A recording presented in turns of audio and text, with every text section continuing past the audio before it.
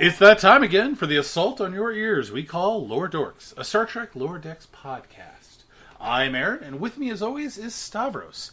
Tonight on our screens is episode 10 of season 2, First Contact, not to be confused with the movie, and in our cups is a Black Russian. Yes, indeed. Not to be confused with the individual. Do we know a Black Russian? I don't. Anyway, let's talk about the drink. So my Black Russian is made up of Kahlua and Tito's vodka, just because I like Tito's, and Kahlua I feel like is a no-brainer there.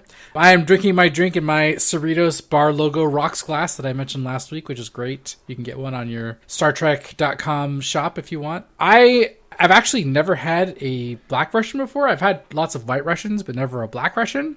It's simple, and I like it. I don't have a lot of complaints. I feel like I like both of these ingredients. It's kind of fun to sip. It's a far cry from our whiskey that we've had before. How do you feel about it? Well, you know, it's my, man, I don't want to go to the store and pick up some cream drink. Yeah, that's true. Of course, I am drinking Rare Reserve because I am a cheap bastard. Hey, you know, as long as we're having a tasty beverage when we're talking about Lower Decks, I think that's all that matters. Indeed. Well, shall we talk a little bit about this episode? That is what the show is about, right? What episode is this? I know, right? So this episode is called First Contact, I believe. And in this episode, the Cerritos is dispatched with the USS Archimedes to make first and second contact with the Laparians, but danger abounds as the Archimedes falls victim to a power drain effect and plummets towards the unsuspecting aliens. Meanwhile, Mariner lets slip that the captain has been approved for a transfer to a bigger, better starship. The bigger, better starship being jail? I mean, you're right, but come on, man. Spoilers. My bad. For those watching at home, spoiler alert? Yeah, I mean, we're kind of assuming that people have seen the episode before we start talking about it, to be honest. So I think seriously, if you're watching this episode and you're not watching the show, what are you doing? Man? Stop this immediately and just go watch the episode instead. Like, I totally understand being dedicated to the meta, but you've taken it too far. Well, guys, there's so much to talk about in this episode. I actually had, so if you recall, the episode starts with the Cerritos and the Archimedes docked at a starbase. I don't think they give the starbase number, but it looks kind of like Earth space dock. Yeah, it's very ESD. Yes, I think, yeah, they've shown, I want to say the first episode of last season, they show a similar starbase. But anyway, there's an establishing shot with the starbase, and you and me, I like to freeze frame and look at all the little weird details. There are a bunch of ships out there. I think these are the same ships we've seen in the season 1 starbase shots, but this is like the second time we're getting teased with these. I really want to know, like, and they're kind of far away and zooming in doesn't help because they're low res, but I really want to see more of these ships. Have we seen these before? I feel like these, at least a few of them, are very disco inspired. They've got that Delta engineering hull with the round saucer. Yeah. Either way, I'm pretty sure I've seen them in season 1, but either way, I want to see more of these. Like, they're obviously just been designed as little background features, which is nice, but I want to see more of them because, of course, I like seeing all the things. But in Admiral Freeman's office, this is the shot where they're, talking about Captain Freeman's promotion and all that. Did you notice that the office basically has the exact same layout as the California class ready room? Some little budget saving there. I feel like the background painter was probably working from a template. That makes sense. But a cool little detail there, they've got the captain's shelves, or I guess Admiral in this case, his shelves of knickknacks, and there was a little Akira class on the shelf there, which I don't think we've seen in the show so far, so cool to see that little detail on there. Also, wildly inappropriate for a officer to be receiving job assignments from her husband. Yeah. You'd think there would be some kind of rule against that, but I don't know. Yeah, well, it's the Starfleet of the future. Perhaps things are more evolved to where they don't let their personal feelings influence their decision-making. I mean, they let the daughter on, have her commanding officer be her mom, so who knows? I think all of these rules have fallen by the wayside. Yeah. Well, and I mean, interesting thing. Do you know why those rules exist in the modern U.S. military, that family members cannot serve together? I feel like it's a judgment call thing, but what is the reason? So it actually has to do with family members serving together either on the same ship or in the same unit.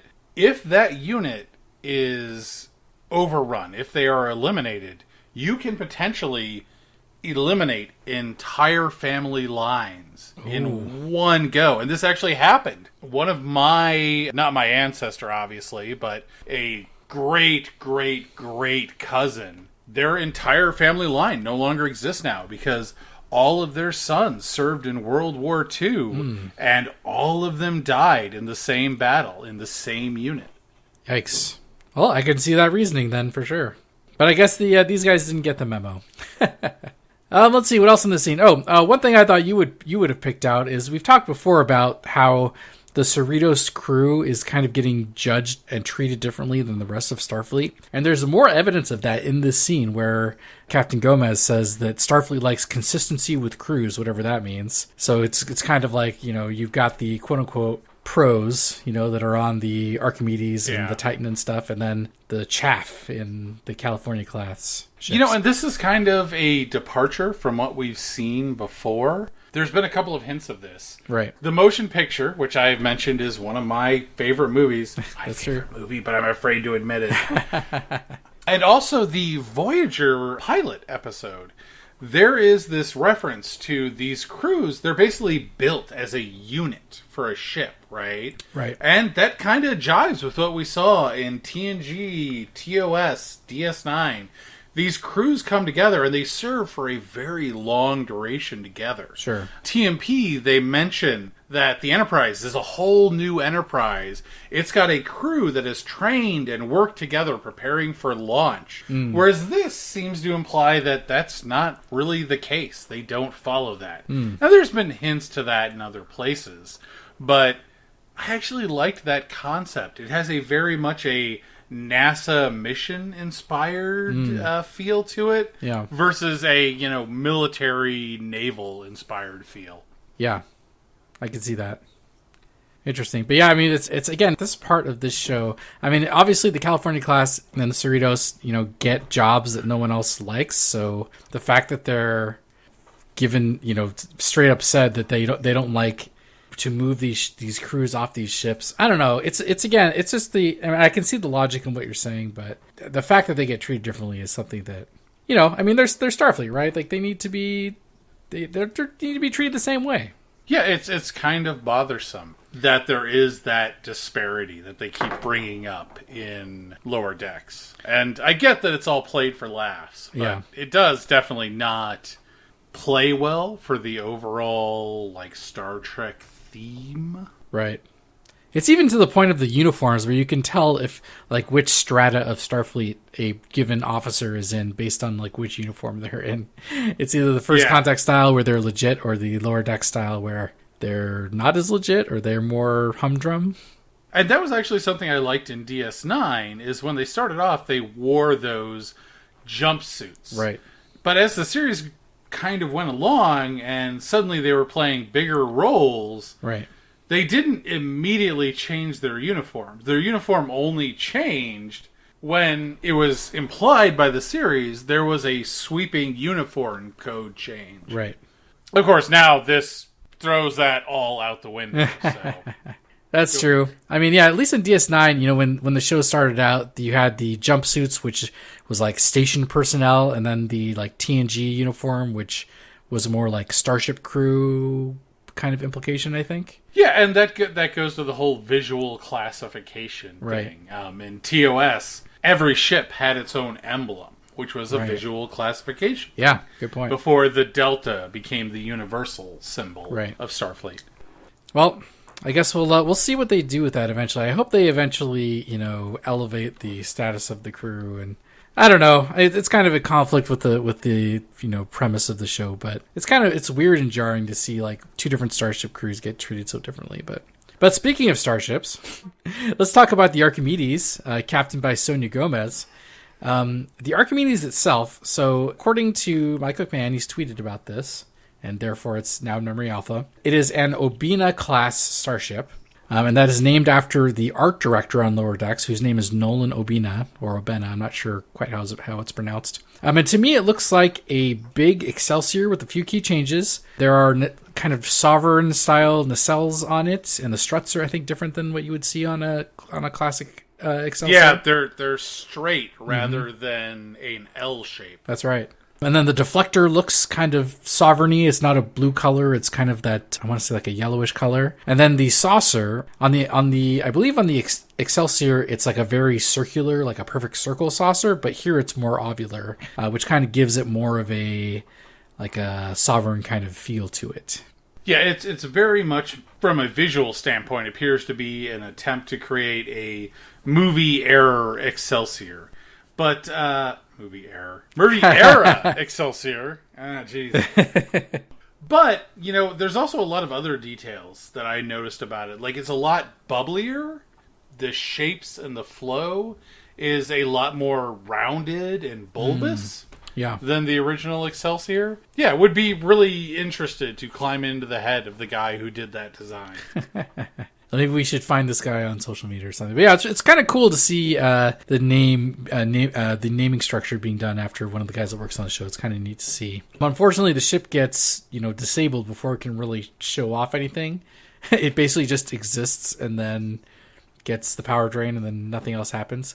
But a couple other cool details about it. I noticed on the bridge, especially in some of the first shots where you see Captain Gomez, behind her, you can see that there is an MSD, a Master Systems display, that shows the schematic of the ship behind her, and it's very reminiscent of what we've seen on the bridge of previous Excelsior class ships, even down to like the color style. Like on the Cerritos, the LCAR's computer coloring is very like TNG colored, whereas the MSD here is blue shaded, which is very evocative of the TOS movies. So very clear referencing happening there, I think. Well, yeah, and that was one of the things that I noticed about it was not the Cerritos style visuals. Right. But I picked up, it seemed to have a lot of the TNG movie era. So I'm thinking that it was from a design standpoint, it looks a lot like they looked at the movies as a whole and tried to synthesize all those different aspects into one visual language. And it looks good. I can't deny that. Yeah, totally. I was kind of surprised. I was like, what are they doing to the Excelsior when they had it in the promo shots? But, I mean, hard to deny that it looks pretty smexy when you see it on screen.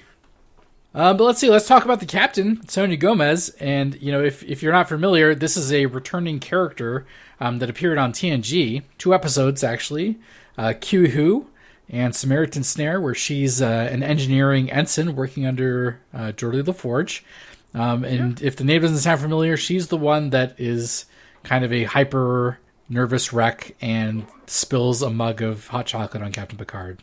Yeah, and that's the interaction everybody remembers. I literally do not remember her from Samaritan Snare. Yeah. It's really only her first appearance that I recall. Yeah. But yeah, hyperactive, and I think that's a great choice to do a callback for, because you see so much in the characterization with, Boimler and who he was or is as an ensign. Yeah, great. That you're just like, it really feeds into that narrative story that they're trying to tell of Boimler's path. Totally. Yeah, I didn't recognize that, but you are totally right. She's very reminiscent of how Boimler is now, so that's kind of neat to see. Oh, and I should mention that they actually got the actress, Lisha Naff, to do the voice for Sonya Gomez, the same actress who, looking at her filmography, she was very active in the mid to late 80s and early 90s, and not a lot since then. So the fact that they got her to come back and do this recurring character, pretty cool. Yeah, you see that a lot in Star Trek. There are a lot of actors who have either minor or major roles, and they are there briefly, they show up, they have this acting career, and then they move on. And I really like that, because it very much humanizes a lot of, people have this weird view of actors and who they are as people, and they feel to realize that they are people first and foremost, and some people, they're going to be actors for their entire life. Right. And some people are going to do it for a time and then move on to their next big adventure. Yeah, that's right. But yeah, very cool to see that, at least pulling just a pretty random TNG, I don't know if you call it guest star, but a minor character into the show. I love this kind of stuff, and it's, if you didn't know, if you haven't watched TNG recently, or you're not a huge TNG rewatch person, like perhaps the average internet-based Star Trek fan, you might not even recognize her. It took me a second too when she came on, but still cool. They especially call back to the splashing hot chocolate on Picard scene when an ensign kind of eats dust on the bridge, trips and falls, and she's like, well, when I was an ensign, I had a much more hard-ass captain that I embarrassed myself in front of. It's like, I see what you did there. Yeah, definitely a fantastic callback. And I do want to point out that, and now I'm forgetting her name. What the heck is her name? Gomez? Yeah, the actress. Oh, Lisha Naff, yes. Yeah, so she has continued to do acting since then, but she doesn't have a lot of television and film credits. Just, moved on, is doing other things. Nothing wrong with that. Yeah, definitely not. So let's talk about the meat of this episode, which is the main plot, the first contact mission and the fallout and the rescue mission that results from that. I thought it was pretty funny when the Cerritos gets kind of assigned to follow the Archimedes in. The Cerritos, of course, the second contact ship. Of course, the good ship, the quote-unquote good ship, the Archimedes, going in to do the actual first contact. And hilariously, the Cerritos gets to just hang out right outside the system because they've got transponders to install. They've got like little engineering jobs to do on this alien ship. And they've just got to park outside the system and wait for the Archimedes to do their thing. Kind of sad. I'm surprised Freeman was like, oh yeah, this is fine. Where I'm like, oh man, they just get to sit in the back and wait so they don't scare off the natives. Send in the first contact and second contact ship at the same time. Back to back, right? That has got to be an ego bruiser right there.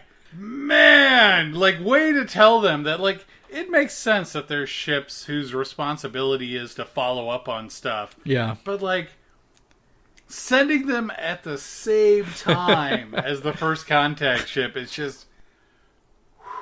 Man, yeah. It's basically just saying straight up, we don't trust you. I like they kind of brushed off. It's well, we don't want to seem like an invasion force. But in other episodes, it kind of is implied that, the first contact team has, been gone for a while. It's never been back-to-back like this. I mean, that's not the implication, at least. So, really embarrassing. But it works for the plot, so I guess you can't complain too much. Yeah. But, I mean, that's also kind of a humorous callback to the original series, where, the whole premise of the show is the Starship Enterprise boldly going where, at the time, no man has gone before. Right. Because, misogyny. But... They've spent half their episodes going to places people have gone before. That's true. Whereas now it seems like Starfleet is much more organized and much more categorized to where everyone has a role. And sorry, dude. Listen, Kirk. I know we need somebody to go check out Beta Iridini, and I know you're the closest captain. We got ships for that. You just keep going. That's right. Keep going where no one has gone before. Yeah, keep exploring. We got people for this. But speaking of convenient plot devices, having the solar flare erupt immediately when the, ships show up seemed pretty darn convenient. I mean, I get it. They need to create a, plot for saving the Archimedes, but having it, mysteriously happen right when the two ships get there was a little belief, disbelief, or what am I trying to say? Suspension of disbelief shaking, even for me. Am I going to have to put on my science hat? Yes, please. Okay, so everything wrong with this scene. They explain early on that the planet is slightly off the planar ecliptic, yet in every visual, they represent the planet as on the planar ecliptic. This also holds true in the fact that when the Excelsior updated ship is hit by the strange planetoid, it immediately is launched into the orbit of the alien planet. If they were off the planar ecliptic, why is this happening? You also run into the problem with, as you mentioned, the solar flare immediately just randomly erupting to hit the strange planet. But the question is, the strange planet was on an orbit closer to their star than the alien planet. Right. So why in the heck did they not approach from outside the solar system? Even if when they had arrived within its orbit, this alien planet was on the far side of the star. They're supposed to be entering into orbit with that planet. Why would they not come in at an angle and allow the star's gravity and the planet's gravity to capture it? Yes. Nothing about this scene makes sense. Frankly, McMahon, Yeah. I am appalled. Appalled. Appalled. It's appalling. You know, to be honest, they straight up, like, so when they're, after the planetoid erupts and they're trying to troubleshoot the way into there, you know, one character's just like, can we just, like, warp past it? And, like, everyone just kind of clamors and shoots down the idea. I mean, it's a pretty obvious plot hole. I mean, wouldn't you just warp out of the system and then change your trajectory and then warp back to the Archimedes? I feel like that's, like, a very fourth wall breaking, you know, okay, we get it. Like, there's plot holes. It's fine. We're just going to continue on with this. Yeah, your boy Shax is the one who... Or not Shax. Your boy, oh, man, what is his name? The dude nobody cared about. Yes. Kayshawn. Yes, yeah, Gathong. Your boy Gathong Kayshawn is the one who interjects, and everybody immediately goes into full crazy mode. And I wish I had had the time to listen to all of the arguments. Yeah. But this is a callback to a problem with Star Trek as a whole. They can never decide the rules of warp. Because there is a scene where they mention going to warp within a star system is a bad idea. Right. And then they do it all the time. All the time. They mention that going to warp in a planetary well is a bad... Or planetary. Gravity well is a bad idea. And they do it. They do it all the time. Yeah. So you know what? There may actually be a reason why this is a bad idea. But you know what? There's no consistency. It's obvious. I mean, they're doing the fourth wall breakage. They wanted to construct a plot, and they did it. But speaking of the you know, moving on with the plot, like, as far as the removing the hull plating as a solution to the problem, I thought that was cool. We got a nice, cool view of the, for lack of a better word, naked Cerritos. Something I thought was really neat were the little disconnection panels. You know, where they kind of twisted the little thing and it pops off the hull panels. That's a clear callback to Star Trek First Contact when they're disengaging the deflector dish. It basically looks exactly like those little, I don't know what you really call them, like gauges or little interaction thingamabobs. That was cool to see. Kind of an interesting thing that you never really thought you'd see in a show like this. And, you know, they show, I mean, speaking of crazy things you've seen in this show, I mean, this is just one of the many, like, kind of animation expensive things we've seen in this episode. What a jump in quality. And I know we've mentioned it before, but seeing this kind of stuff happen is pretty darn cool, especially compared to season 1. Yeah, so rest in peace, Lieutenant Hawk. But yeah, it's a very cool scene. But, you know, again, it's one of those things where, like, you watch it and, like, I get that there's the whole comedy and drama aspect to it. Right. But you're like, why would you design anything like this? You know, why would it not be something that's controllable from the bridge or main engineering? Right. Why would it not be something where it's just like, oh yeah, it's self-destruct mode, only it's pop off the whole plating mode. Yeah. Like, in First Contact, you can explain it away. Oh, the ship's taken over by the Borg, so they've lost complete control of the ship. But right. Here, you're just like, oh, you did it for some fun callbacks. You know, speaking of the animation, you know, seeing the close-ups of the thrusters when the Cerritos is maneuvering through the debris field was actually really cool and goes towards, you know, the evidence of the better animation for this season. Yeah, no, you know what, I actually, like, I don't know why this appeals to me, but, like, the scene where they are firing the thrusters. Right. The maneuvering thrusters. Right. Ah, man, that just appeals to me on so many levels. You don't see that often. But every time I do, I'm just like, ooh, I love this. Especially when they're, like, firing in the right direction. Yes. Yeah, you don't really see it that often in Star Trek because, you know, the ships are going, I don't know, you just don't see the level of detail. So seeing it this close up, not only super cool and kind of tickles the nerd bone, but, I mean, they're spending a lot of money on the animation here, and it's hard to argue with the results. It looks very, very neat. Yeah, no, they've really done an A-plus job with their visuals this season. You know, that was not just the visuals, though. The visuals, the audio, like the music. Whoever is their musical director, oh my god. The guy knows what he's doing. Not making enough money, I can guarantee you that. Well, speaking of the music, if any of the listeners don't know, I believe the composer is a man named Chris Westlake. And they have just released the soundtrack for Lower Decks. I think it's a combination of season 1 and 2, although our listeners can correct us on that. But you can actually go and purchase the soundtrack. They are giving him a little bit of glory for that, the sound work he's done on the show. I mean, definitely deserves it. The sound design on this show is fantastic. I think there may also be a character named after him. Oh, is there? I have to look into that. I want to say yes. I mean, he's a background character, obviously. Oh, yeah, sure. One of those persons who, if you don't pay attention to the credits, you don't know he's there. Makes sense.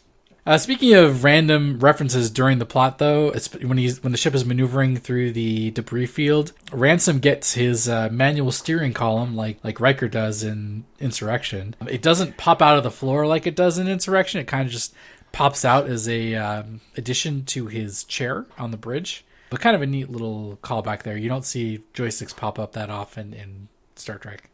Oh boy. Am I going to have to offend the fan base again? Uh-oh. As long as you're not talking about Tuvix, I think we'll be all right. Why you got to try and segue like that? Not going to talk about Tuvix. Joysticks are dumb. Uh-oh. So, you're not a fan of the manual steering column? No, and it's something that was always like... And I remember like growing up with this fandom, and they'd always be like, yeah, how come they're always pushing buttons? What about? Right. And I'm just like... So here's the thing. You're on a spaceship. A spaceship that is not... It's not a dinghy. Right. It's not a 16-footer. Mm-hmm. It is a ginormous spaceship operating in 3 dimensions across kilometers of space at a minimum and AUs at a maximum for maneuvering. Sure. Why are you maneuvering this thing by hand? Like, everything should be about writing programs, navigational programs that tell the ship where to go, that are taking into account its shape, its width, its length, the things that are around it. And the ship should be warning them, oh, this will cause a collision. Mm-hmm. Why would you ever do manual controls? It's just... The power's down, man. Someone's got to do it. It might as well be your boy Ransom. Dumb. If the power's down, you don't have controls at all. I get the critique. There is no analog controls going on here. He is not moving that joystick forward, and the aft thrusters are opening their porthole. Well, you know what? I feel like this is just another one of the plot holes that we're going to have to conveniently forget about in order to make this episode work. Everyone's going to yell at you when you talk about joysticks, just like Kayshawn. Looked cool as shit, though. Hard to argue with how it looks. That's true. But going on with more of this actual plot that's happening here, do you remember this scene where the native Leperians are in their little city and they look up and they see a falling star and they're like, wow, look at that, so cool. And then one of the dads like picks up the young Leperian and is like, look, son/daughter, can't tell which one it is. And it's like, wow, look at that cool little thing. But you know that the ship crashing into the planet will cause catastrophic damage. That shot was like super dark. Like I was watching that and I was like, whoa. Dark. What is up with Lower Decks and just subtle darkness? Like who on the writing staff is all like, yeah, we need to put something in this episode that's horrifying, but most people won't pick up on. Yes, and you know, Mike McMahon himself wrote this episode. He wrote the first and last episode of this season, so... Oh, so it's McMahon. That's who we have to blame. He's like, mwahaha, working in these dark scenes, and it's just like, wow, dude, is this what the show is? This isn't a comedy? It's a short shot, but still. That actually leads me to a secondary thought I had on that scene and the overall arc of... What the hell is the name of that ship? Why the Obana class? Yes, Archimedes. Mm-hmm. So their power gets lost. Mm-hmm. Just no power whatsoever, and they're going through everything in various scenes to try and resolve this problem. But nothing has power, right? Except life support. But that's the question: why does life support have power? I don't know. It doesn't necessarily have to have power. You know, maybe the onboard air is sufficient enough to survive for 20 hours. Yeah. But here's a bigger question. If they lose power, what's containing the warp core? Ooh. Why has their plasma? Why has the anti-plasma? Why isn't it not all combined to create an antimatter cascade that has destroyed the ship? Great question. I think another plot hole that everyone will yell at you about. I think the in-universe explanation could be extra shielding for the antimatter containment pods, but you're right, it's not explained. And it may be one of those things where like antimatter containment only requires a magnetic component. So while they are containing the antimatter with ferrous magnets rather than electromagnets, potentially when the power fails, everything's fine because you still have that non-powered magnet component that is maintaining the magnetic cohesion of the warp core. Yeah. Is there a description of how antimatter is contained on board a starship? Because this is not the first starship to lose power that doesn't instantly explode. So I wonder if there's an in-universe explanation for it. I'll have to look that up. If any listeners know, tweet us. Why didn't the ship instantly explode? You may never know. Plot contrivance. There you go. You're getting it. Anyway, so let's continue on with this plot. So kind of neat after the rescue, so they successfully rescue the Archimedes and all that. And then, of course, the Archimedes is in such bad shape that Captain Freeman herself actually gets to do the first contact. And, we're going to get to exactly what's going on with Freeman a little bit later in this episode, but it felt good. It was a feel-good moment to get to see this crew in the Cerritos uniforms, the second tier Starfleet uniforms, doing a real first contact. And then, of course, Mariner always gets sloshed, but Freeman gets sloshed in this case. It was great to see her actually get the opportunity to do that. I thought that was kind of humorous that Captain Freeman, as opposed to Beckett Mariner, is the one who gets sloshed in this episode.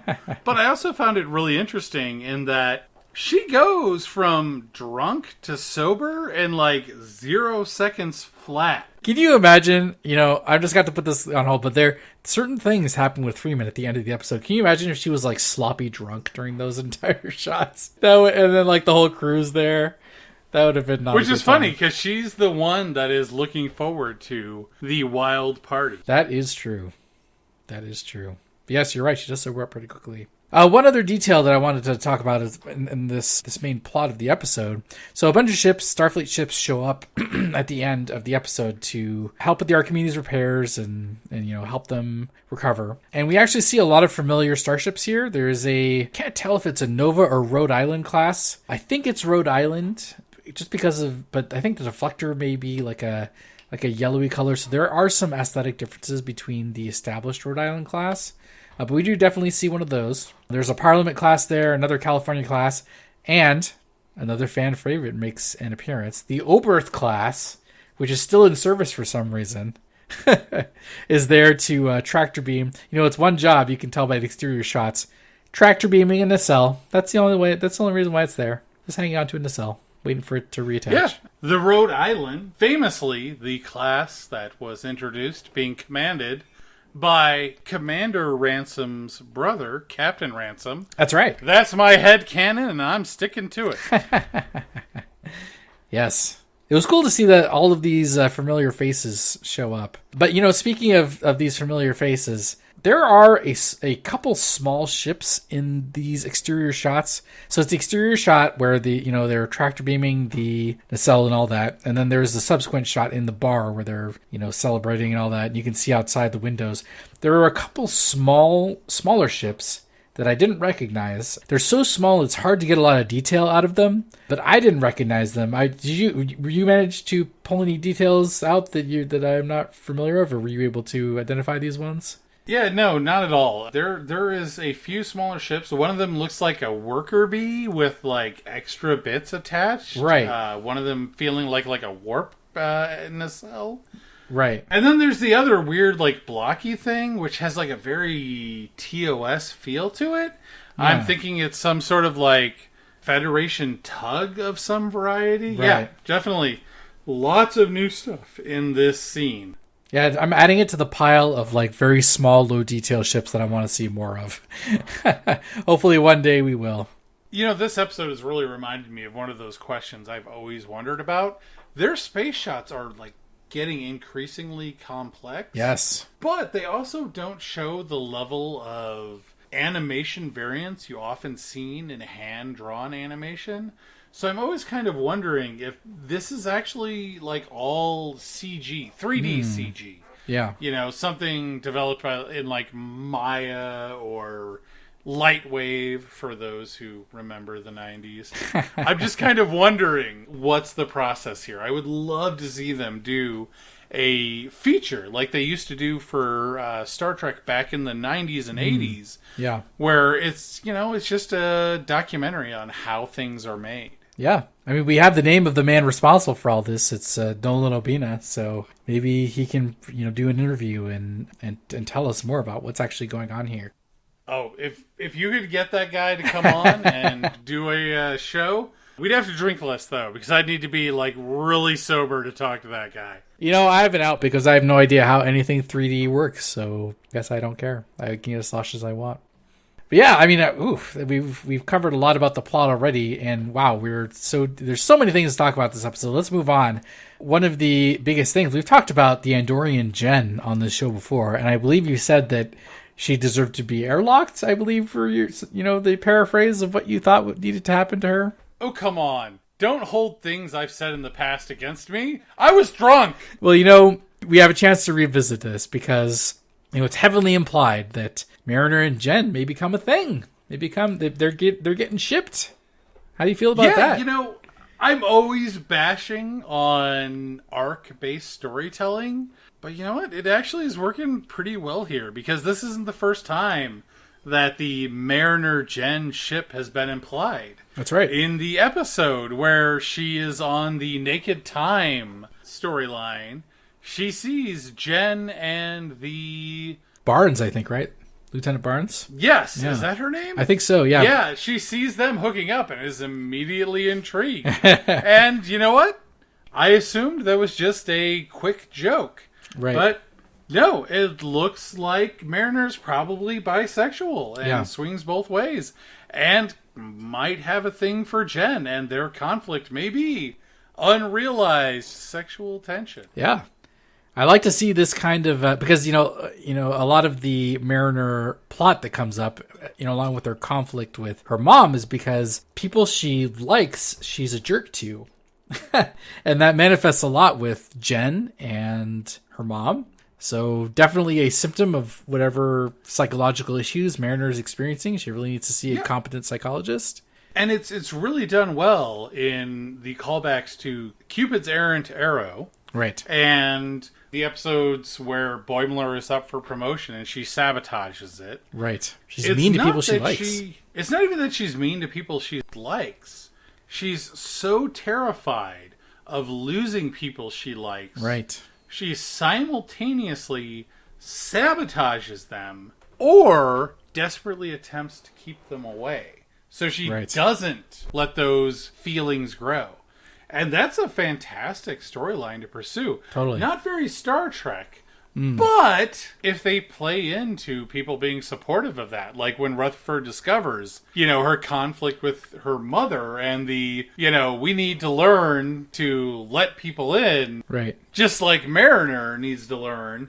I think that could be a really good storyline to follow. Totally. I'm kind of sad that Mariner's subplot hasn't progressed more during this season, because for a while we've identified that this is a problem, right? Like, she's, coming from her trying to sabotage Boimler's assignments and this and that. I mean, she's shown time and again during this season that she has this problem, and I kind of wish there was a little bit more development here with Mariner specifically on this problem, but I do like that it's like very obvious, and at least she's starting to realize that this exists and maybe she shouldn't be such a jerk to people she does like, e.g. Jen and her mom. It's easy to look at that and have a view of it. Like, I'm been talking about this for a long time. I really want Star Trek to have a good episodic series. But there is a way to do episodic series and still have arcs. And a part of that is slow growth, Picard does this in TNG. Episodes like Home and Tapestry and just tons of episodes where he has like minor events, and they're major events for him, but for everybody else they're just another day in the job. Right. And the fact that we don't just abandon those storylines, but we touch on them down the road. Best of Both Worlds, where he is assimilated, we touch on that multiple times in future episodes, and it shows tremendous character growth. Totally. But the story doesn't hinge on that. And that's a part of the problem with a lot of arc-based shows, is that they often fall into this trap of, we have to keep evolving characters. We have to keep forcing them to change and grow. And it's all like, growth happens over years. It doesn't happen overnight.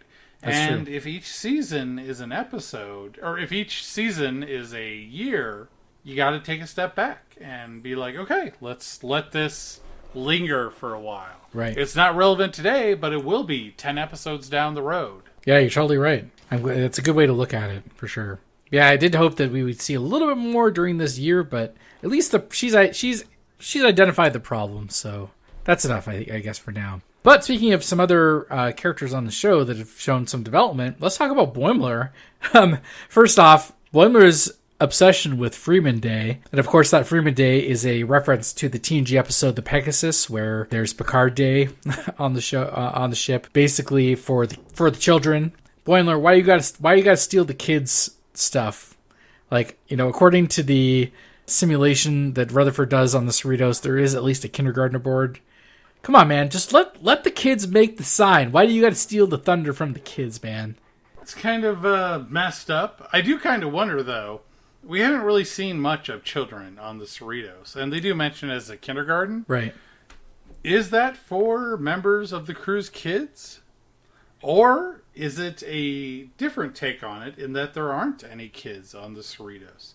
And in fact, Boimler was doing this because it has become a common thing in Starfleet to have a Captain's Day. Right. And he feels sad that his captain doesn't get to experience this because there are I didn't think of that. or so few kids. And so he's all like, no, I'm going to make this happen.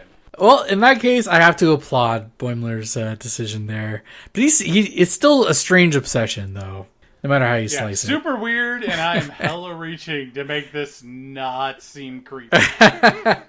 It's his desperate need to be appreciated by the captain. Although I will say, though, for Boimler specifically, when there's the shot at Cetacean Ops, which we'll talk about later, but Mariner tries to force the issue. It's like she's going to be the one to go and jettison the last deck plating. But Boimler and Tendi too, give her a piece of their minds. And Boimler's standing up to Mariner. I mean, this is in line with the development that we've seen with Boimler for this season so far, where he's much more of a confident badass now. And for him to not just capitulate to Mariner in something like this that needs to be done, it's not a book smart thing. It's a physical act of heroism. For him to do that, great. I love that. Thumbs up. Well, and you know what? Going back to arc-based television and storytelling, it really does a fantastic job of portraying how things have changed from episode 1 to now, whose titles themselves are plays on each other. Second Contact versus First Contact. Right. And a big element of this is they've grown, not just as characters, but as a group. They are much more cohesive. Yes, and totally. they work as a unit. And there's moments where members of your unit are not looking at the big picture. Mariner is so obsessed with her perceived role and who she is supposed to be, she can't let go and do what needs to be done because there is a ticking time clock of desperate need for heroic action. And everybody else has to tell her, no, the real heroic action for you is to set your ego aside and go deal with this bigger problem that's facing us all. Yeah, you're right. I mean, it's all the way around. It's very cool to see. I think Tendi even says, we're your family, damn it. So seeing that come from the lower deckers who were all in that scene together, and even from Mariner, very cool to see as a progression. And that you're our family moment for the narrative of the episode is fantastic. Totally. Because one of the big things, especially given that earlier in the episode, it's kind of been hit on that Mariner herself is probably bisexual. Mm-hmm. There's this thing where a lot of the world today doesn't accept people for their sexuality. Right. Or for what they are attracted to. And you know what? There's truth that, we probably shouldn't accept pedophiles. But there is a thing where a lot of people who are pursuing perfectly healthy and natural proclivities or preferences, they wind up getting rejected by their family. Yeah. And there's this idea of this chosen family. And in this moment, her group is telling them, we're your family. And I don't think that negates her parents, her Captain and Admiral Freeman parents. But I feel like this episode has really highlighted that there's something wrong with Mariner, that something happened in her life that has led her down a path that is not healthy. Right. Even Captain Freeman mentions, you're not confident. You used to be confident. Right, yeah. But now you're not. And now we're in this moment where they're saying, hey, we accept you as who you are. And that can be an important step to establishing that, you aren't a bad person, but you need to accept yourself. And whatever happened in her past that has broken her, she needs to deal with that. And she needs to move on and accept her for who she is. And I think those parallel character arcs are going to play off each other really well. Totally. Yeah, I can't see where they go with this. I can see we're 2 seasons in. It's obviously going to be a longer term thing, kind of unraveling what happened with Mariner. So I'm definitely waiting with bated breath to see what they do with that next. Let's see. Let's move on. Let's talk about Captain Freeman, because that is a large part of especially the end of this episode. Captain Freeman, of course, at the beginning we learn she's kind of become eligible for some kind of promotion. It's basically implied that it's for a bigger and better starship, as we talked about. But of course, at the end, she gets arrested. Although I want to say she gets outed to her senior staff earlier that she wanted to. Your boy Ransom, his response when he learns that he's going to be left behind is that, but I agree with you at all times, and that is not a good first officer job, man. I thought after last episode he was going to be redeemed, but if that's true, he's not a good first officer, man. Redeemed? Ransom is deemed. He doesn't need to be redeemed. He's been sullied then in this episode. I think that is one of those outburst moments where he's desperately trying to cling on to something, and that is a life structure that he is afraid he is about to lose. Whereas he has shown throughout the series that he doesn't always... He's not a sycophant. He doesn't immediately agree with the captain. Yeah. Or anyone, even after he learns that Mariner is the captain's daughter. He is frustrated by the captain's change in demeanor and behavior once she's out of it. Right. And I think that this is one of those excited outbursts that you kind of have to discount. You're right. Now that I think about it, yeah, he definitely brings up alternatives and questions the captain at the right time. But perhaps the best upset senior staff member is Billups, who has the profanity-laden frustration about how the California class crews don't come with them. Probably one of even though we got a straight up Billups episode so far, I think that's my top 3 Billups moments where he completely loses his mind. That was an A+. Huge Billups character break, and I think that is what makes it so fantastic. But yeah, so Freeman keeps the promotion from them, and of course she, at the end of the episode, she looks like she's qualified for it, and Starfleet Command has some people that come aboard. But the plot twist comes in. We learn that she's getting arrested for supposedly coordinating the destruction of Pakled Planet. They show a visual of Pakled Planet. It looks like it's not in very good shape. I don't know if they say destroyed in the dialogue, but I don't know if the planet's completely destroyed, but at least, catastrophic damage. Of course, we don't think that Captain Freeman has had the opportunity to really do anything. They do mention in the previous episode that the Klingons gave another Veruvian bomb to the Pakleds there. But for some reason, Freeman is getting blamed for this. And, we're not going to learn about anything new until next season. But what was your reaction? Do you have any theories as to what is actually going on here? So, I think it was Section 31. Okay. It's a strong go-to. So, let's take 10 steps back. All right, more like 1 or 2 steps back. Okay. There is a subplot of Rutherford dealing with the problems with his implant. Yes. It keeps generating error messages, and eventually he decides to delete his redundant memories, which... Why was he keeping his redundant memories stored in the implant? If the implant fails, isn't he just going to lose those memories? It's kind of implied that all of his memories are in the implant. Like he lost his... Well, I guess all the recent ones, I guess. Yeah, so maybe like upload to a external server, like get a GeoCities account or something. Okay. I'm with you.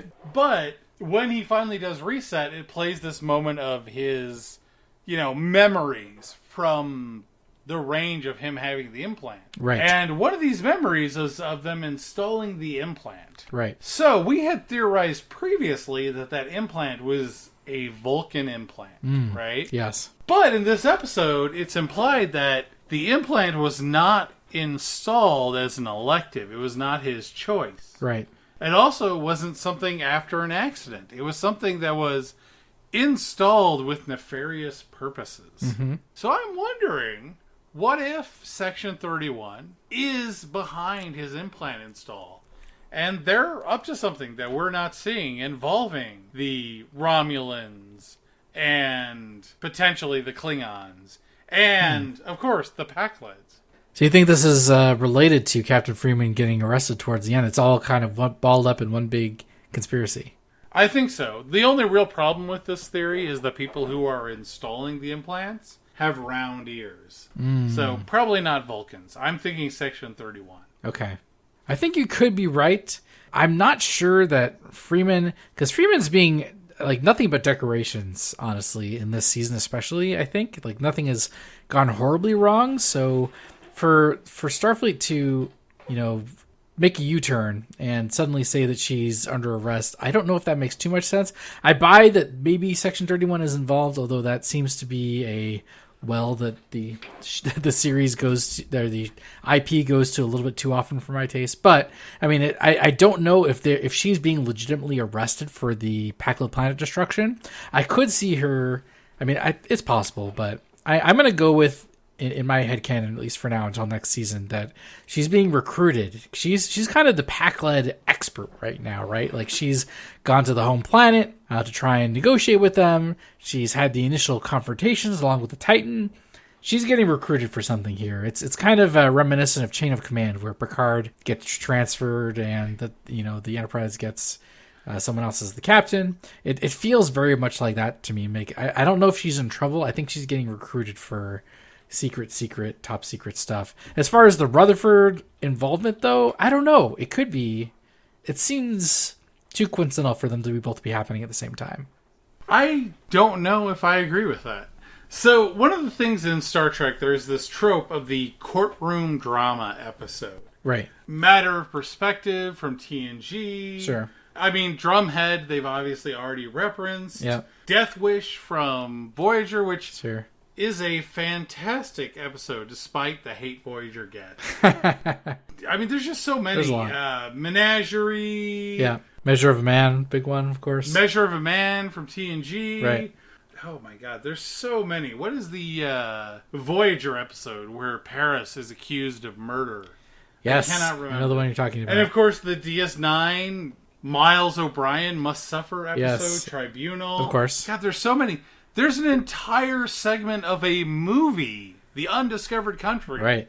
that It's is in the based courtroom. around the courtroom drama. Mm-hmm. If we do not get a courtroom drama episode in season 3, Yeah. where it's the trial of Captain Mariner, yeah, I'm just going to be like, McMahon, I don't think you get Star Trek at all. It could happen. Who knows? I'm not sure what direction they're going to go with. I choose to believe that she's being recruited for something Black Ops type situation there. But I think you're totally right. They could go in the courtroom drama direction too. Hard to make a determination at this point. But I'm excited to see what happens. I want to see Boimler as a lawyer for Captain Freeman. Would that be good though? Would you want a young Sonya Gomez spilling hot chocolate everywhere as we, Dude. similarities with Boimler intensify? The one episode, they've already had a trial episode. That's true. That is true. Veritas, right? Yes, Veritas from season 1. And when Boimler gets up on stage, he calls them out about how this whole thing is a sham. And he That's true. references Drumhead! Drumhead! Maybe he is a good lawyer. I take that back. I think you're right. Man, wow. Maybe they do need to call upon Boimler's skills there. Well, what we do need to talk about, though, is the best ship that there is in this series, and that is Tenderford. I know you disagree, but bear with me. You mentioned Rutherford's issues with his implant earlier.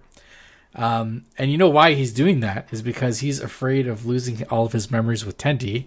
And there are a couple scenes where I feel like they did a little tear-jerking. There's the spacewalk scene where Billups identifies the issue where he's triplicating his memories, and he's looking at Tendi. He's like, I'm gonna miss all my memories with Tendi. And then when he and Tendi are kind of going around the ship, making revisiting their favorite spots.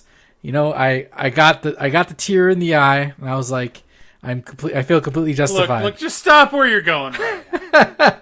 I'm just saying, this is more and more evidence. I can admit when I'm defeated. This is a very endearing relationship, and like every episode where they focus on it, it definitely is moving towards it being romantic. And they're doing it in a really good way. I'm glad they're not shipping Boimler and Mariner, because that is not a good ship at all. No, agreed. But you know what? As much as I wanted Rutherford and Billups to be the ship of the show, I don't think that's in the cards. Billups appears to be on a different path, and Rutherford and Tendi's relationship is it's just so endearing. It is. It's really hard to look at that with any negativity. There's this one, the shot when they're in the Jeffers tubes, and Rutherford is like, "Can I tell you something?" And you're fully expecting him to be like, say something romantic. But no, he confesses his love for the ship as well. It's this weird, like, kind of three-party relationship where it's Tendi, Rutherford, and the Cerritos together. But you know what? I don't care. That just facilitates my ship even more. It's a ship because of a ship. And I'm okay with that. A ship. I get it. It's hard to argue. And you know what? That's one of those things that is a truth in relationships, is there's a moment where admitting something you don't want to admit to a potential romantic partner and having them reciprocate the same admission, that's a powerful thing, even if it isn't a shared love. Yeah, I think you're right. But I'm glad to see that progress. One interesting thing I wanted to mention about where Rutherford deletes the files. So you mentioned the big reveal where, we suspect Section 31 or someone nefarious is making him believe that he, electively chose to install the implants. But there is a flash of like deleted memories that are going through his visual range as he's deleting them. And this took some pause on pause skill, I tell you. Because I went through some of those, and a lot of the shots that show up very briefly there are from Season 2, so it's new memories that Rutherford has made with Tendi. But there are also some other interesting little shots there that are kind of hilarious. There is a shot taken of the 2381 New Year's celebration where Tendi and Rutherford are wearing glasses that say 2381, and apparently those glasses never go away, no matter what year it is, and I guess we're just going to have to accept that. There's another shot of Tendi and Rutherford playing the like Chinese finger trap. Those things that I think there's an episode of TNG where Data, can't get his fingers out of those. I don't think that appears in an episode. And then I think possibly your favorite one, because it features Ransom, is Rutherford and Tendi drawing a naked posing Ransom. I mean, who wouldn't sign up for a portraiture class where you get to ogle Ransom? I mean, the man does work out, so hard to argue with that. But kind of neat little tidbits of other little shots that we see during that thing. The Chinese finger trap romance angle, I think that really plays into your... I realize this is hard for you. Take your time. Tenderford romance angle is that is just such a cute moment, and I really wish I had done more research, because I feel like that's actually shown up in romantic comedies before. Oh, has it? It could be. Honestly, I'm not sure if the show is actually going to go there, but I think the setup is there. Hey, just do it. Just do it, Mike. If you're listening, which you probably aren't, just do it. Make them a thing. Doesn't need to be a big deal. It's Tenderford and the Cerritos. Tenderford-ritos. Just make it happen. Tenderford? Oh, okay. That could work. Rito Tendi or? You know what? Let's move on. I want to talk about Tendi actually for a moment. Rito or? We're going to have to make a poll because we can't just pick just one. But let's briefly talk about Tendi, because you know what? She's going places. She, spends a lot of the episode avoiding Dr. Ta'ana, her boss, but she gets, looks like, I don't know about a promotion, but she's getting generalized science training, senior officer science training to work on the bridge, which is great. And I think we're leading to possibly the best joke of Lower Decks so far. Who the fuck is Jadzia Dax? I don't recall this. Don't remind me of it, because I nearly died the first time I heard this joke. Oh my god. So the entire series, there's constant callbacks and everybody just accepts them and it's all like, yeah, we know who this person is, despite that there's no reason they should know who that person is. And this is the first time somebody makes a reference. And Jadzia Dax is actually kind of an important character. She's the one who figured out what was going on with the Bajoran wormhole. That's right. And their chief medical officer. Never heard of that. Who the fuck is Jadzia Dax? Dying laughing. Literally, you are doing this podcast with a ghost. And then she immediately turns around and named up Spock. Yes. And I'm just like, oh god, yeah. That joke is just hits on so many levels. This is a cool place to see Tendi's character go. I feel like they've already kind of run into trouble because she's a medical officer and a lot of her activities don't happen in sickbay anyway. So to have her transition to a general sciences role makes a lot of sense. I'd love to see her work on the bridge. I don't even think we see her on the bridge at all. It's usually Boimler and Mariner that are at Ops and Con, but nope, we're gonna get some Tendi on the bridge. That's what I want to see. So, and it's not going to be a McCoy on the bridge situation where she's just hanging out because she likes to hang out. That's right. Yeah, McCoy had a problem, but still, Tendi's getting generalized science training. Great for her. You know what? And this opens a really, just fantastic opportunity for storylines. So, I do wonder, though, is she being, sent to the command track?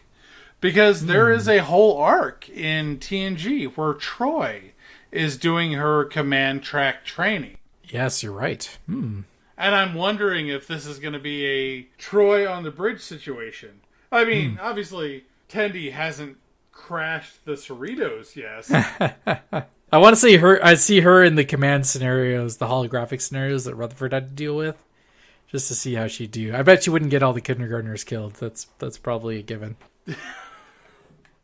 There's still time. That's true. Well, gosh, wow, this episode is going so long because there's so many things to talk about. Let's see what else we got. Let's talk about the new locations we see in this episode. There are actually a couple of them. The first two are just really brief mentions or brief visualizations. We see the inside of a captain's yacht, which I don't think we've seen in Star Trek so far, right? We know that they exist, but we've never seen the inside of one. And we briefly do. I think we have. Have we? So I'm not surprised you forgot. A lot of people like to forget Insurrection. Is there a captain's yacht? Oh, that's right. Yes, you're totally right. Yep, Picard takes out the captain's yacht after he realizes his breasts are starting to firm up and needs to figure out why that is. Wait, am I misremembering that episode? I feel like you probably are. Oh, no. Well, I can't say we've seen the interior of one quite like we do here in Insurrection, do we? Well, I mean, it's a very different context, but you know what? That's true. There's no firming up happening in this episode. Enterprise, I think most of the Enterprises, definitely the D&E had captain's yachts, even though we didn't see them. Yes. In TNG, Voyager actually had an Aero shuttle rather than a captain's yacht. Which we never saw, I believe. In DS9, the Defiant could actually detach its deflector segment for some reason. Oh. Which I got the feeling they were trying to make that the captain's yacht. Yeah. Never happened. Not a lot of sense. But it's cool to see a little tease of what the interior of the captain's yacht is in here. And really briefly, what's really funny is they mentioned the rubber ducky room. And you know what? And this is almost a Damn It Mike segment, but part of it is so okay, let me back up. So there is a joke in the Enterprise D MSD. When they made the MSD, the Master Systems display that shows up at engineering, they included random gag objects. So there's like a race car in the shuttle bay, and one of them is a rubber ducky, or a duck, that shows up in the MSD. And guess what?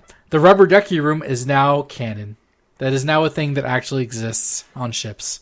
And what it is, I don't know. I'm not sure I want to know. But it's no longer a outside of show joke. It is a real thing. And now it has to be defined. What is the rubber duck room? What is it? I No one need to know. But that is one of those things that I feel like it is a callback to the evolution of visuals in entertainment. You would have never picked that up in TNG. Low def. Just no way to see it. Really couldn't have seen what was going on there. That's right. I've been a fan of Star Trek since I was, as far back as I can remember. I remember having arguments with my brother when I was 5 about whether or not the Enterprise in TNG needed to refuel or whether it had a perpetual motion power generation. And this is one of those things where as technology has evolved and as things like you didn't load an episode into your computer and analyze scene by scene. Yeah, it was not a thing. Yeah, so now they've done high-def remasters that people are going back and looking at these things. Yes. And outside of being a super geek where you listened to all the interviews or downloaded all those contents on your, 486 or Commodore 64 right. with your landline phone network where you were dialing up, you wouldn't have known these things. And I'm just really interested to see, are we going to continue to get these visual gags that the writers, directors, producers, art designers put in for themselves? Because honestly, I think giving that up is really a huge loss for the IP. I totally agree. But as we've talked about before, this show has the condition of being both canon, so it's taking place legitimately in universe, and it's like a self-reflective comedy show. So this joke, when they say, the rubber ducky room, is both making fun of the illustrators doing this for TNG at the time, but then it's now in universe, so it's this confusing thing where, now we have to define what the rubber ducky room is because it exists. So now we're in this situation. Great work, everyone. I don't think that's necessarily the case. I think they're going to come out with a very nebulous definition of canon, because one of the things I have discovered with Star Trek over the years is you have to watch each thing as its own thing. If you're too aware of the IP, every episode of every season of every series, you run into a situation where you're looking at it and going, this doesn't make sense. Because in episode 7 of season 2, and you can go through the mental and verbal gymnastics of explaining that away, right? But ultimately, that doesn't matter. You've got to take a step back and say, by itself, in the context of the series it is in, is this a good episode? You're right. Every episode is half an island unto itself. Well, of course I'm right. I'm always right. I wouldn't go that far. Did you not get the plaque I sent you? No, it definitely isn't in the trash somewhere. But let's move on to the potentially the coolest new location that we've seen in the show, and that is Cetacean Ops. And I know you said in a previous episode that you kind of wish it just remained a mythical location, but now it's a real place. How do you feel about that? They show a lot of detail of it too, along with the beluga whales that live in the Cetacean Ops, potentially or I guess they say for navigational purposes, whatever that means. I don't recall ever referencing Cetacean Ops in previous episodes. That's sorry, convenient. I think you're misremembering. And if you take the time to upload the segment of me both denying Cetacean Ops and denying ever referencing Cetacean Ops, I will unfriend you and do my own podcast called Stavros is Full of Shit. You know the hilarious part about Cetacean Ops, though, is the belugas that they meet in there. Aside from constantly trying to get Rutherford to go skinny dipping with them and giving terrible medical advice, I think they pop out Boimler and are like, "Don't let him dry out." and like splash water on him as medical advice, which is amazing. I think his blowhole is broken. Oh my god. No, they do a fantastic job. And in my first watch through, because like I mentioned, I always watch with subtitles on. Yeah. Like somehow in my first watch through, I was so engrossed, I ignored the subtitles. Yeah. Never noticed that their speech is subtitled. Yeah. But here's the real question. They're wearing uniforms. Why are they wearing uniforms? And they outrank the lower deckers. Can they make decisions? Can they order them around? I would think so. But here's the bigger question.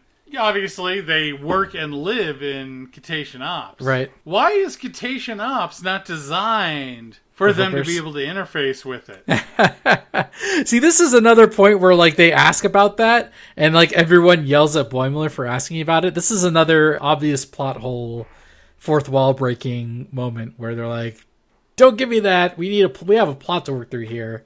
Stop making obvious suggestions." Stop questioning things. Just roll with it. That's right.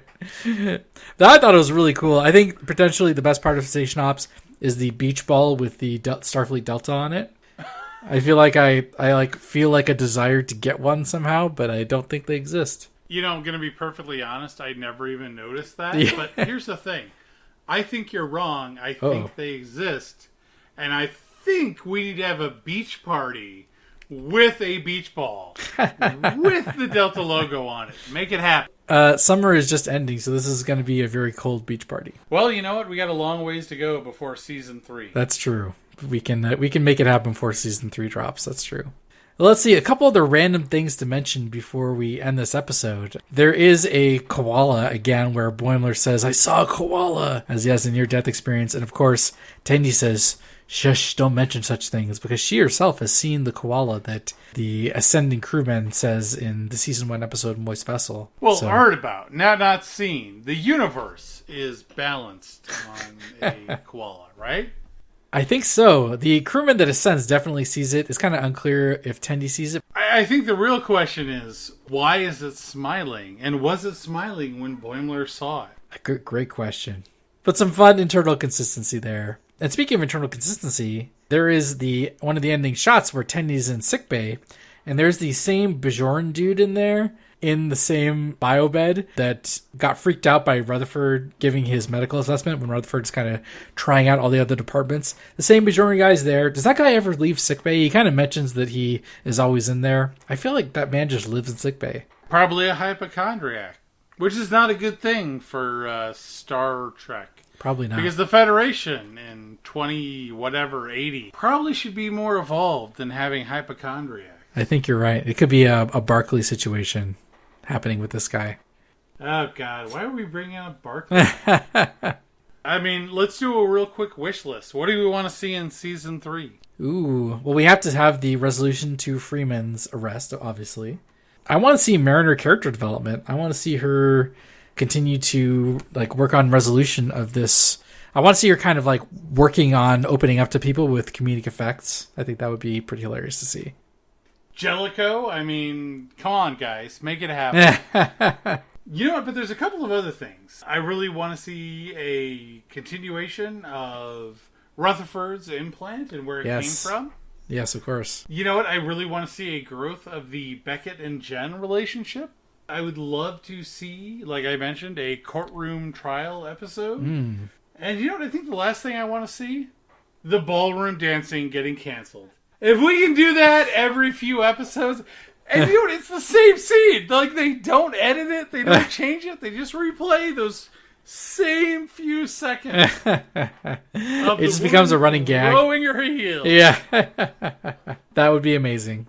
Actually, you know what? I think we need more of Riker and the Titan and another Boimler. I thought for sure they were going to come back to that during this season, but I guess not. And there's this other Boimler running around with Riker.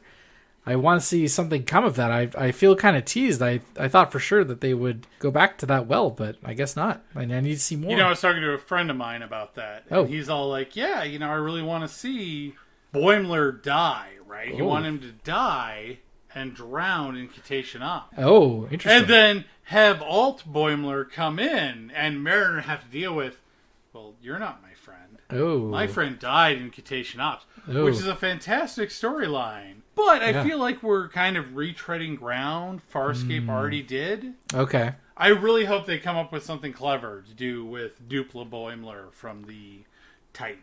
Yeah. He needs to come back. I think we both agree on that, at least. Yeah, definitely. Not as a main character, though. Yeah.